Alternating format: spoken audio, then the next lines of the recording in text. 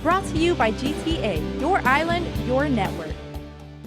Dozens of people who attended this past weekend's medical marijuana patient workshop walked away with invaluable information.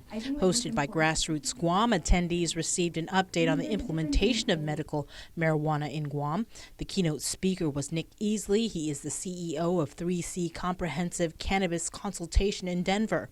He is a recognized leader in the cannabis industry and is working with the local government to put out any potential fires. Guam chose the time to do this right, working with the Department of Health, the Department of Agriculture, the Department of Tax, all at the same table to say how are we going to regulate this in the safest way possible.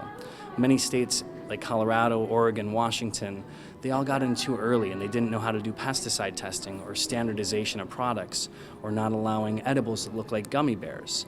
So essentially we've seen all these problems in other markets. So our firm, we always do free consulting for government organizations after legalization occurs so that they know what not to do, what works, how to regulate businesses appropriately, and how businesses get around the rules and actually sell dangerous products. According to their company website, 3C has helped over 60 clients design, build, and optimize their cannabis and industrial hemp operations.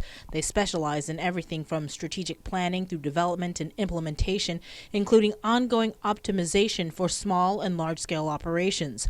His visit comes on the heels as the Department of Public Health has begun accepting applications for medical cannabis licenses. So now working with the government here in Guam, we're trying to come up with the best ways to regulate this policy for the highest tax revenue, least amount of suffering, and the safest standardized products that are also not going to be an environmental nightmare for your infrastructure. I mean, with your essentially infrastructure being so fragile based on the storm patterns and so forth, you have to be able to grow this in a wise way.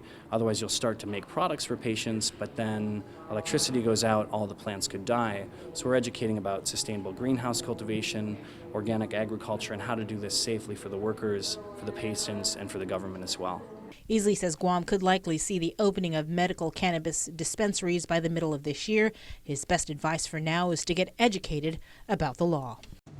Brought to you by GTA, your island, your network.